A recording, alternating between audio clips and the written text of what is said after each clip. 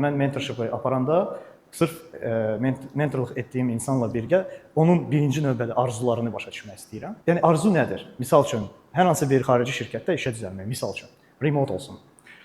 Ondan sonra biz deyik, okey, onu etmək üçün nələr çatışmır? Misal üçün, ingilis dili səviyyə falan səviyyədə olmalıdır, C1 olmalıdır, misal üçün, və ya B2 olmalıdır. Okey, başa düşdük. Onu qoyduq bir qırağa. Sonra nə lazımdır?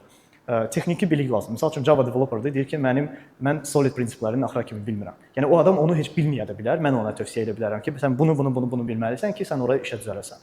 Yazdıq, sonra müqayisə edirik. Sən bunu nə səviyyədə bilirsən? Adam dəqiq bilmirsə, mən bir dənə mock-up interview edirəm, ingiliscə danışırıq onunla.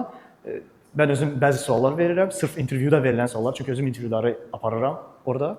Sual verirəm və baxırıq, görürük ki, buna uyğundur ya yox. Bilik var, okey, quş qoyduq qırağa. Və beləliklə belə siyahıdan hamısını yığırıq və nəticədə hər hansı bir nəticəyə gəlirik ki, bunları öyrənmək lazımdır. Məqsəd qoyuruq ki, 2 ay ərzində bunları öyrənəcəksən, hər həftə səninlə danışırıq 45 dəqiqə ərzində və hər həftə biz yoxlayırıq ki, bu adam sırf bu sahə üzrə hansı yerdədir, nələri düzəldə bilər.